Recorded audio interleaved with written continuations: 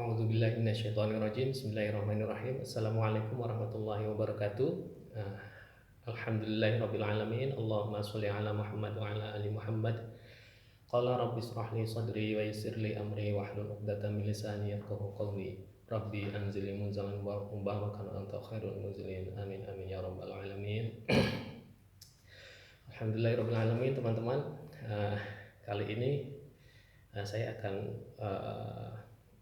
kuliah lagi ya, maksudnya memberikan satu ide lagi untuk teman-teman yang menyimak video ini. Nah, kali ini kita akan melanjutkan tentang bagaimana, kenapa di dalam Gedanken free space time itu benda harus bergerak.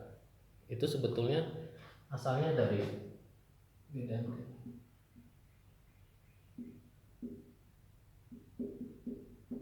free space time. Nah, ini kenapa ini benda harus bergerak.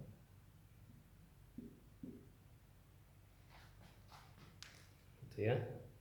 Itu asalnya dari konsep yang dulu-dulu lagi, bahwa segala sesuatu berpasangan, yaitu postulat segala sesuatu berpasangan itu. Jadi kenapa di dalam percobaan pikiran ini benda di dalam free space time ini harus bergerak, jadi tidak sesuai dengan hukum inersia Newton, itu karena postulat tentang keberpasangan harus berlaku. Jadi ini nanti formulasi dari inersia sama dengan F per L itu adalah berpasangan dengan formulasi dari kecepatan, yaitu R per T. Nah, itu. Jadi ada prinsip keberpasangan yang berlaku di situ, postulat keberpasangan yang berlaku di situ. Jadi tidak sembarangannya saya mengatakan bahwa hukum Newton itu tidak berlaku di dalam free space time, tapi dasarnya adalah ini postulat keberpasangan.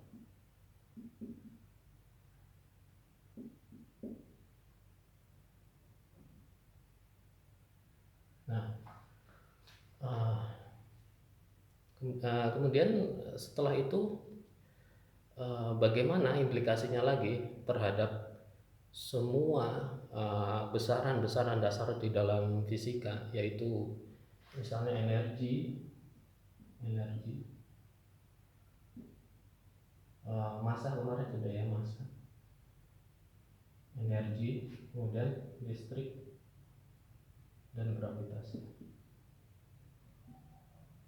Nah, ini semuanya nanti akan berkaitan dengan postulat keberpasangan itu juga dan percobaan pikiran ini.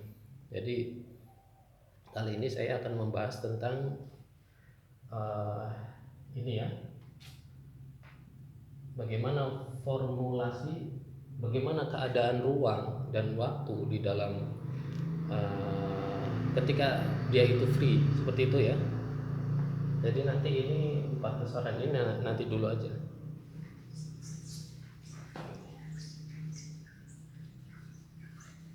Nah, ketika ruang dan waktu free, ada satu prinsip yang berlaku lagi, yaitu prinsip relativitas. Prinsip relativitas. Nah, ini prinsip ini ditemukan oleh Einstein tahun 1905. Sebetulnya sudah latar belakangnya sudah jauh ya, waktu zaman Newton, yaitu zaman Galileo. Cuma relativitas dari Galileo itu ternyata tidak cocok. Nah, Einstein membuat versi lain dari relativitas, yaitu bahwa semua ruang dan waktu itu sifatnya relatif gitu. Jadi dia itu tidak mutlak gitu. Jadi menurut postulat Einstein, ketika kita mengamati ruang itu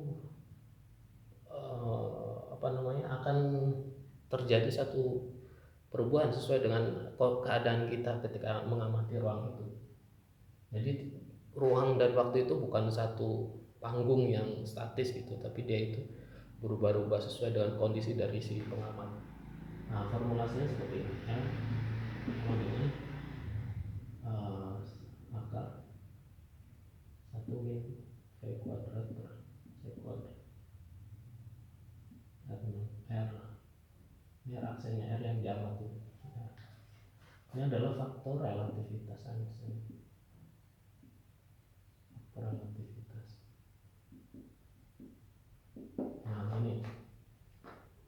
Nah, ini adalah kondisi ruang ketika dia itu tidak dipengaruhi apapun. Jadi ketika dia free, dia itu tidak absolut gitu. Jadi relatif terhadap si pengamat. Ketika pengamatnya dia misalnya sama dengan 0, maka dia itu akan sama, R aksennya sama dengan sama. Tapi ketika pengamatnya bergerak, ada kecepatannya, dia itu akan mengamati ruang yang berbeda. Itu nanti nilainya akan berbeda. Ini disebut faktor relativitas. Dan konsepnya disebut kontraksi ruang. Karena ruang yang diamati oleh pengamat yang bergerak, dia itu akan mengerut. Jadi semakin kita bergerak, kita akan mengamati ruang itu semakin mengerut gitu. Itu konsepnya Einstein seperti itu. Ini. Kemudian ada lagi satu konsep tentang waktu. Waktu juga tidak absolut ya. Jadi dia itu relatif terhadap pengamat. Yaitu T aksen sama dengan T per akar V kuadrat.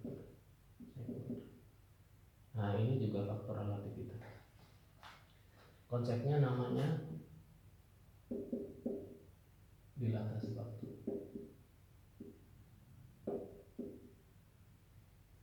Nah, itu ya. Jadi ketika kita bergerak, misalnya di dalam pesawat luar angkasa gitu, kita akan merasakan waktu lebih lama daripada orang yang diam duduk di pinggir jalan atau duduk di atas bangku seperti itu. Jadi implikasinya nanti dia itu akan secara fisik akan lebih mudah ketika dipertemukan dengan orang yang duduk diam di bumi. Misalnya ada seseorang melakukan perjalanan luar angkasa dengan kecepatan misalnya 1/3 C gitu. Nah, ntar dia balik lagi ke bumi karena dia merasakan waktu yang memulur. Dia itu akan lebih mudah daripada orang yang menunggunya di bumi seperti itu. Itu konsepnya Einstein ya. Nah, ini konsep-konsep yang saya kembangkan juga sesuai seperti ini juga. Jadi ada di dalam free space time itu ada kontraksi ruang dan dilatasi waktu. Nah, yang saya temukan, nah ini bedanya seperti ini. Yang saya temukan adalah bahwa faktor relativitasnya itu nggak ada akar dan pangkat ini. Ini yang saya temukan. Seperti ini. Nah, ini faktor relativitas dari istilahnya apa ya? Fisika baru gitu. Fisikaisme aja. Fisika relativitas di dalam fisika yang saya kembangkan. Jadi ya seperti ini juga. Jadi ruang juga mengalami kontraksi ketika diamati oleh pengamat yang tidak inersia gitu. Dan begitupun waktu akan mengalami dilatasi waktu ketika diamati oleh pengamat yang tidak inersia seperti itu ya. Jadi ini sifat yang sir ya, sifat yang rahasia yang di luar dari sifat yang kemarin saya bahas tentang apa namanya, materi yang bisa tereduksi menjadi ruang dan waktu gitu ya. Gini. Nah ini bisa menjadi catatan selanjutnya, bahwa selain di dalam mazhab baru fisika yang saya kembangkan, selain ruang dan waktu sebagai besaran asli dari materi, yaitu juga bersifat relatif seperti ini. Itu ya. Mungkin begini tambahan dari saya. Nanti kuliah-kuliah selanjutnya akan dibahas tentang bagaimana mazhab baru fisika yang saya kembangkan itu menjelaskan tentang energi, menjelaskan tentang listrik, menjelaskan tentang gravitasi. Nah itu akan sangat menarik ya. Diikuti terus aja channel Fisikaisme ini. Oke, demikian, mudah-mudahan bermanfaat. Wassalamualaikum warahmatullahi wabarakatuh.